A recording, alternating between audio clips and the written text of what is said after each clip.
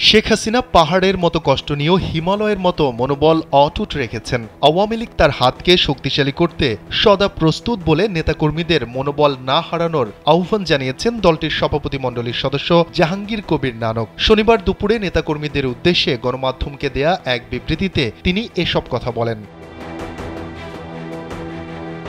বিবৃতিতে নেতাকর্মীদের উদ্দেশ্যে নানক বলেন, মনোবল হারাবেন না, যে যেখানে রয়েছেন সেখান থেকেই নেতাকর্মীদের খোঁজ খবর রাখবেন। শেখ হাসিনা পাহাড়ের সমান কষ্ট নিয়েও হিমালয়ের সমান মনোবল অটুট রেখেছেন। তার হাতকে শক্তিশালী করতে আমরা সদা প্রস্তুত। এই আধার কেটে যাবে খুব শিগগিরই ইনশাআল্লাহ। সবার সুস্থতা ও নিরাপত্তার দোয়া কাম্য।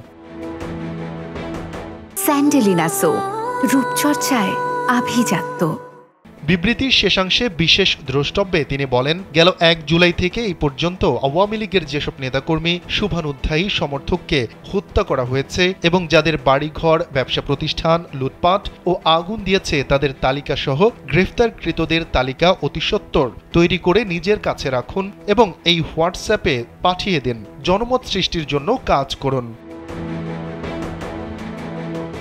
গেল ৫ আগস্ট আওয়ামী লীগ সরকারের পতনের পর থেকে দলটির নেতাকর্মীরা আত্মগোপনে রয়েছেন। এরপর থেকে দলটির যুগ্ম সাধারণ সম্পাদক আ.হ.ম বাহাউদ্দিন নাসিম এবং সভাপতিমণ্ডলীর সদস্য জাহাঙ্গীর কবির নানক গণমাধ্যমে একাধিক বিবৃতি পাঠিয়েছেন। যদিও এসব বিবৃতি অফিসিয়ালি না পাঠিয়ে তার একাধিক অনুসারীর মাধ্যমে গণমাধ্যম কর্মীদের হোয়াটসঅ্যাপ কিংবা ফেসবুক মেসেঞ্জারে পাঠানো হয়েছে।